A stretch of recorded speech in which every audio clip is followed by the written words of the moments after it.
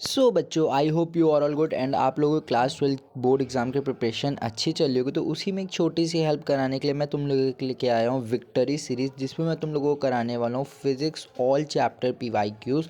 तो उसी में का आज है हम लोगों का डे 1, जिसमें हम लोग करने वाले हैं इलेक्ट्रिक चार्जेस एंड फील्ड्स के most previous year question and most expected question. तो just move on question number 1।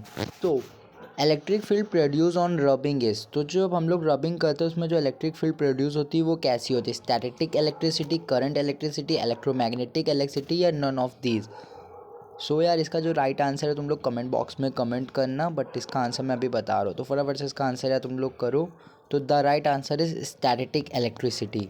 Just move on a question number 2. When 10 की power 19 electron are removed from a neutral plate, the electric charge on its, तो option number A, option number B, option number C या option number D. तो यार इसका right answer है electron the positive the electric charge on its. बताओ जल्दी। तो इसका आंसर है बी, +1.6 कूलम। ओके, तो just move on a question number 3. So the third question is, a negatively charged object X is repelled by another charged object Y. However, an object Z is attracted by object Y. Which of the following is the most possibility of Z? तो इसमें question कह रहा है जो X है वो negative है और जो Y है वो जब X के पास जा रहा है तो वो रिपेल कर रहा है, यानी Y भी निगेटिव है। बट जब Z जा रहा है तो वो क्या कर रहा है? अट्रैक्ट कर रहा है, यानी Z क्या है? पॉजिटिव। बट इसमें तुम लोग कंफ्यूज हो जाते हो, तुम लोग इसका आंसर पॉजिटिव करते हो, बट इसका आंसर पॉजिटिव नहीं होगा क्योंकि ये पॉजिटिव भी हो सकता है और न्यूट्रल भी हो सकता है। तो the right answer in this question is positive and neutral, sorry neutral and positive. So the fourth question repeats so many times in your board exam in 2015, 17 and 2024 also. So the fourth question is, define electric flux and write its SI unit. Define electric flux and rights is dimension also. ठीक है, दोनों तरीके से question पूछा जा सकता है। तो द राइट आंसर इज इसका है electric flux is defined as, electric flux को लोग डिफाइन करते हैं as a total number of electric lines of passing force normally through a given surface. किसी भी सरफेस से कितनी इलेक्ट्रिक फ्लक्स वाली इलेक्ट्रिक फील्ड लाइन्स पास हो रही हैं उसी को हम लोग इलेक्ट्रिक फ्लक्स बोलते हैं। It SI unit is newton metre square per coulomb and a dimensional formula is ml3a-1t-3। तो यार इस क्वेश्चन को अच्छे से रट लेना, क्योंकि यार ये इसकी मतलब पॉसिबिलिटी बहुत ज़्यादा है कि ये बोर्ड एग्जाम में तुम लोगों को रिपीट हो सकता है और इसके फॉर्मूले से ज़्यादातर क्वेश्चन बनते हैं और गॉस बाय गॉस थ्योरम भी इसी क्वेश्चन से सॉल्व होती है, क्योंकि इसमें तुम देख सकते हो फॉर्मूला मेन है। तो थोड़ा सा अच्छे से लर्न करना। तो without just move on question number 5. What is the electric flux through a cube of site 1 meter 1 centimeter which encloses an electric dipole? This question repeats in 2015, तो इस बार भी आने के चांसेस हैं। तो इसमें क्या बोला जा रहा है, व्हाट इज इलेक्ट्रिक फ्लक्स बताना है। एक क्यूब है जिसकी हर साइड क्या है, क्यूब की सारी साइडें सेम होती है, 1 सेंटीमीटर की बोली गई। ठीक है, तो in a case of cube encloses electric dipole, ठीक है ना, इलेक्ट्रिक डाइपोल से क्लोज होगा, नेट चार्ज उस पर कितना होगा, क्लोज पे 0 होगा, यानी क्यू 0 होता है। इस पर तुमने देखो इसी के ऊपर गॉस लॉ आ गया, इलेक्ट्रिक फ्लक्स वाला फॉर्मूला लगाया, तो जब इसमें क्यू अपॉन ई नॉट के बराबर होता है, तो जब क्यू 0 है तो ये सब भी 0 होगा। तो the right answer is electric flux on the cube is equal to 0। Q 0 है तो इलेक्ट्रिक फ्लक्स भी 0 होगा। तो यार इस क्वेश्चन को अच्छे से प्रैक्टिस कर लेना, और ये तो तुम्हें पता ही अगर कोई भी क्लोज सरफेस है तो वहाँ पे इलेक्ट्रिक फ्लक्स 0 होगा। Okay, so just move on question number 6. So the question is what does Q1 plus Q2 is equal to 0 signify, यानी जो Q1 है और जो Q2 को ऐड करे तो 0 आ रहा है, हमें क्या बताना चाह रहा है। तो देखो Q1 Q2 कब 0 हो सकता है, जब हम लोगों के पास मान लो एक पॉजिटिव चार्ज है, यानी माना 1 कूलम का पॉजिटिव चार्ज है और 1 कूलम का निगेटिव चार्ज है, तो +1 और जो -1 होगा वो एक दूसरे को कैंसिल कर देगा, तो कितना आ जाएगा लोगों के पास, 0 आ जाएगा, यानी टोटल चार्ज कितना आ जाएगा, 0। So the Q1 plus Q2 is equal to 0 then is equals to Q1 जो है वो -Q2 के इक्वल है। Thus both charges are equal in magnitude but opposite in nature, जो दोनों चार्जेस हैं वो सेम है, इक्वल है, किससे, मैग्नीट्यूड से, बट जो इनके जो चार्जेस हैं उनका जो नेचर है वो क्या है, एक दूसरे के अपोजिट है। क्वेश्चन नंबर 8 क्या कह रहा है, define electric field intensity give its SI unit. Electric field intensity को डिफाइन करिए, उसकी SI यूनिट्स बताइए। So, the electric field intensity at a point is defined as the ratio of force exerted due to the electric field upon a test charge Q naught placed at a point to that test charge electric field intensity को हम लोग किसी भी point पे define करते हैं कैसे, the ratio of force, जो फोर्स का रेशियो होता है वो एक्सर्टेड करते हैं हम लोग जितनी भी इलेक्ट्रिक फील्ड के ऊपर, वो उस पर क्या होता है, जैसे कि हमारा फॉर्मूला होता है E is equal to F upon Q naught. तो हम लोग इलेक्ट्रिक फील्ड इंटेंसिटी को उसी किसी भी टेस्ट चार्ज के लिए इलेक्ट्रिसिटी जब निकालते हैं तो हम लोग इसको ऐसे निकालते हैं, इसके ऊपर तुम लोगों ने डेरिवेशन तो देखा ही होगा, जिसमें हम लोग लिखते हैं E is equal to F upon Q naught, फिर हम लोग एफ की पूरी वैल्यू रखते हैं तो क्यू नॉट से क्यू नॉट कट जाता है, तो E is equal to 1/4 epsilon naught Q upon R square हमारा आंसर आता है।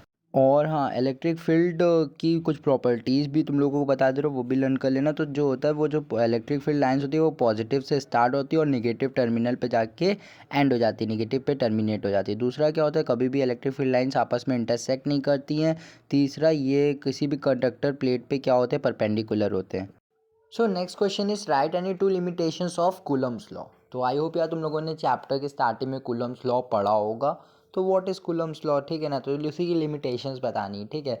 तो दो लिमिटेशंस बतानी, पहला क्या, it is applicable only for point charges.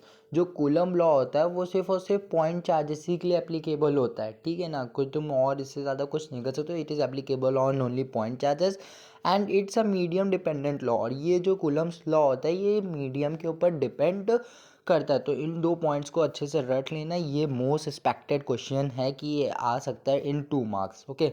तो जस्ट आते हैं हम लोग नेक्स्ट क्वेश्चन में। नेक्स्ट क्वेश्चन हमारा, consider a uniform electric field. Electric field है जो वैल्यू दी गई है, कैलकुलेट द फ्लक्स, फ्लक्स को फाइंड करना of this field through a square, surface area का स्क्वायर दिया गया है। Its plane is parallel to the Y Z, जो प्लेन है वो पैरेलल है वाई जेड प्लेन के। एंड सेकंड क्या निकालना है, the normal of a plane makes at, जो प्लेन का जो नॉर्मल है वो क्या बना रहा है, 60 डिग्री का एंगल बना रहा है विद द एक्स एक्सेस।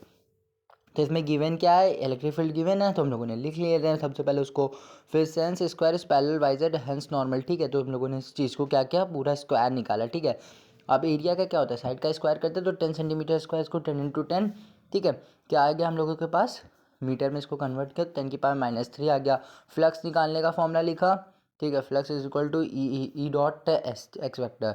तो ई डॉट एक्स वैक्टर, तो ई की वैल्यू क्या थी, 3 × 10⁻³ आई कितना आया, एस कितना आया, 10⁻³ दोनों को करा तो हम लोगों के पास 3 newton newton metre square coulomb -1 आ गया। सेकंड में क्या आता है, इलेक्ट्रिक फ्लक्स का फॉर्मूला लगाना, इसमें डिग्री एंगल दिया गया था तो E dot S sine cos theta दिया गया है। तो थीटा की वैल्यू 60 रखेंगे। कॉस 60 की वैल्यू तुम लोग कमेंट बॉक्स में कमेंट क्या ही करोगे, भले लिखा हुआ है कमेंट बॉक्स में कमेंट कर देना। और हाँ यार, तुम लोग अपना कमेंट बॉक्स में अपना नेम और नेक्स्ट चैप्टर के किस चैप्टर के भी वाईक्यूज चाहिए वो कमेंट बॉक्स में लिख देना। बिकॉज यार, क्योंकि मैं तो सीरीज़ ला रहा हूँ तो मेरे को जो जो चैप्टर आएंगे मैं पहले वो करूँगा। बट तुम लोग अगर बता दोगे कि इस चैप्टर के तुम लोगों को क्वेश्चन ज़्यादा प्रैक्टिस करने हैं या फिर इसमें डाउट है, तो मैं वो चैप्टर की वीडियो पहले अपलोड कर दूँगा, ठीक है। तो ये, और हाँ यार, कमेंट बॉक्स में अपना नाम और अपने कंट्री का नाम ज़रूर लिखना, ठीक है यार। इससे मतलब पता चलेगा कि मेरी वीडियो कौन कौन देख रहा है, ठीक है। और यार, अगर बोर्ड एग्जाम में यार क्वेश्चन ऐसे आते हैं या फिर एक भी फंसता है तो यार तुम लोग क्या कमेंट बॉक्स में ज़रूर लिख के जाना, भैया आपने पढ़ाया था, हम आप ही की वीडियो से पढ़ के गए थे, ठीक है यार। तो मतलब कमेंट बॉक्स में आना चाहिए, वीडियो को सेव करके रख लेना, ठीक है। तो दूसरे वाले में थीटा की वैल्यू रख दोगे तुम्हारा आंसर खुद पे खुद आ जाएगा। इस क्वेश्चन को यार 3 बार प्रैक्टिस, मेरी मानो तो 2 बार प्रैक्टिस ज़रूर कर लेना। तो जस्ट नेक्स्ट मूव कौन क्वेश्चन, भाई ये तो मतलब सबसे इंपॉर्टेंट क्वेश्चन है यार। बल्कि ये नहीं, इसके गॉस लॉ की एप्लीकेशन तीनों के तीनों जो थे, वो एक तुम्हारा सिलेंडर वाला था, एक शीट वाला था और जो सर्कल वाला था, इनसाइड एट और आउटसाइड। भाई वो गॉसियन सरफेस वाले तो क्वेश्चंस आते ही आते हैं, ठीक है। तो इसमें तुम्हें क्या करना है, state and prove the Gauss law.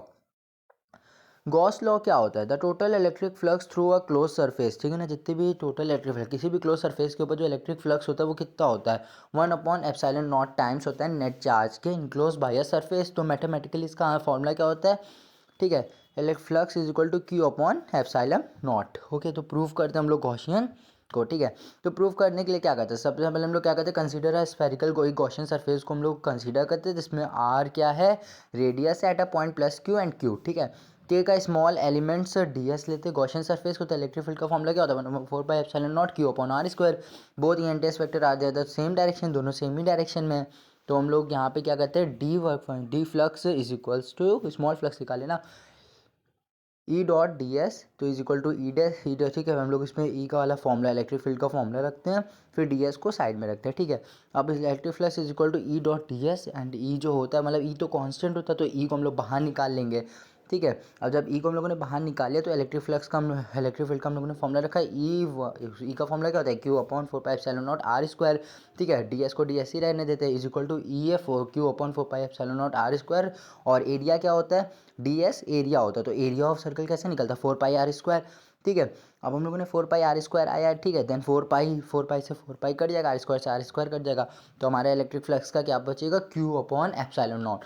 तो आई होप यार तुम लोगों को ये क्वेश्चंस अच्छे लगे होंगे। ऐसे और क्वेश्चन चाहिए और सीरीज़ को ज्वाइन अच्छा करना चाहते हो तो यार प्लीज़ कमेंट बॉक्स में जल्दी से लिख देना, वीडियो पे एक लाइक कर देना और यार जल्दी से चैनल को सब्सक्राइब कर लेना, क्योंकि इसी चैनल पे मिलेगा तुम लोगों को original content and best content. तब तक के लिए मिलते हैं नेक्स्ट वीडियो में। Take care, bye bye, see you, tata and best of luck for your physics exam.